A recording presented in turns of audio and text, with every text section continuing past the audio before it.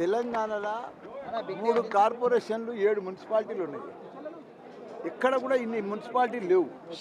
కాబట్టి 4 ఇయర్స్ అయిపోతుంది. కాబట్టి అందరికి కూడా ఒక ఏడాదన్నా చైర్మన్లో కూర్చోవాలి, ఒక ఏడాదన్నా మేయర్గా కూర్చోవాలి అని వాళ్ళకు కోరికలు ఉంటాయి కదా. చాలామంది కోరికలు ఉంటాయి కదా, తప్పు లేదన్న. వాళ్ళ దాంట్లోనే వాళ్ళకు కొన్ని ఉంటాయి కదా. మన ఇంట్లో 4 అన్నదమ్ములు ఉంటేనే ఇద్దరికి వాళ్ళది, 4 కోడళ్ళు ఉంటేనే పిల్లలతోనే యాడనో పంచాయతీ వస్తుంది కదా. ఇంతమంది 200 మంది కౌన్సిలర్లు కార్పొరేటర్లు ఉన్నప్పుడు ఇవన్నీ వస్తాయి కదా, మామూలే కదా. టార్గెట్ ఎవరు చేయలేదయా?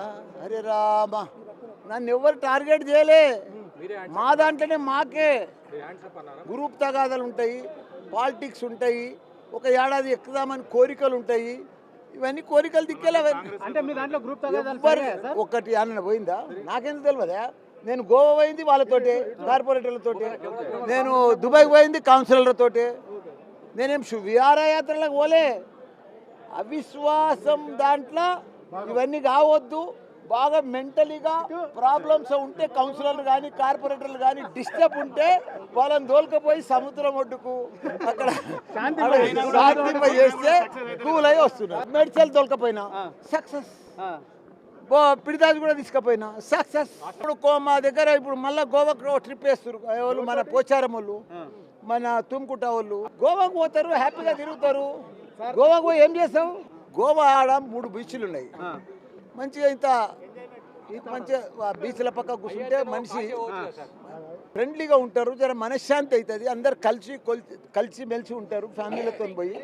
అంత ఫ్రెండ్షిప్ చూడు. ఇది పార్టీకి నష్టమేముంది, గమ్మతున్నది. 10 మున్సిపాలిటీలు నేను చెప్తే ఇప్పుడు ఎంపీ టికెట్ దాని మీదనే మీటింగ్ జరుగుతుంది. అది ఇప్పుడు కంక్లూడ్ కాలేదు. సీఎం హోదాలో ఉండి ఏం మాట్లాడతాడు? ఓ లెక్కన పద్ధతి అసలు మాటలు ఎవరు కూడా భరించలేరు. వాళ్ళే 100 మీటర్లు కాదు, కాంగ్రెస్ 130 ఏళ్ళ చరిత్రలో ఇప్పుడు ఏ లోతులు ఉంది అది? 28 రాష్ట్రాలలో ఎన్ని రాష్ట్రాలలో ఉన్నారు వాళ్ళు సీఎంలు? 2. మాది అడ్రస్ కాదు, మాది అడ్రస్ ఉన్నది. ప్రజలలో మంచి ఆదరణ ఉన్నది. మా ప్రజలు కూడా ఇబ్బంది పడుతున్నారు. మంచిగా అయ్యో మళ్ళీ మా కేసీఆర్ చేసినట్టు ఎవరు చేయలేదని వాళ్ళు కూడా అన్ని ఆలోచనలకు వచ్చారు. కానీ కాంగ్రెస్ పరిస్థితి ఏంది? మామూలుగా ఉన్నది. రేపు మోడీ 3వ ప్రైమ్ మినిస్టర్ అయినాక నాకు ఇన్విటేషన్ రాలేదు. ఎవరికైతే ఇన్విటేషన్ వస్తుందో వాళ్ళే పోతారు. అధిష్టానం ఎవరు ఆదేశిస్తే అది చేస్తాం అంతే.